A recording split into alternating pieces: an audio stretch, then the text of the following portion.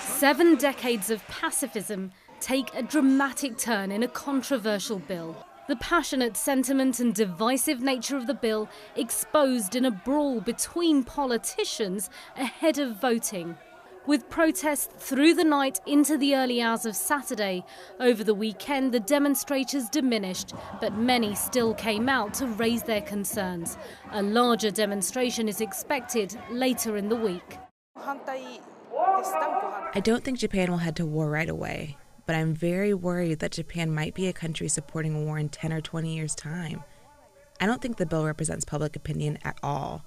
There are some restrictions. Any military engagement will have to be approved by Parliament, and the government would have to prove it has no other options but to put boots on the ground. I support the security bill. I think Japan alone is unable to maintain national security, and cooperating with other countries will help Japan in its security and defense. Until now, Japan's self-defense force has been limited to humanitarian roles globally.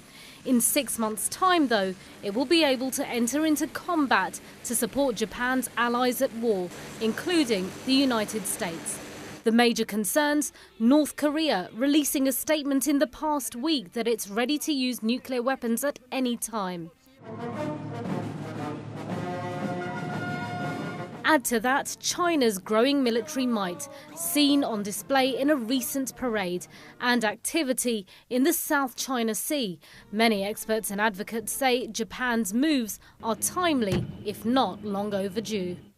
Despite proudly displaying its own ever-increasing arsenal, China's foreign ministry says Japan is turning against the contemporary trend of peace, development and cooperation. The defense ministry here in Beijing says Japan is insisting on keeping a Cold War mentality. The public feel Japan's pacifist constitution defines the country's character, moving from a country that swore never again to go to war to one that may someday be responsible for the loss of foreign lives, is altering, they say, the very fabric of this nation for good, for the worst. Simon Mawson, CNN.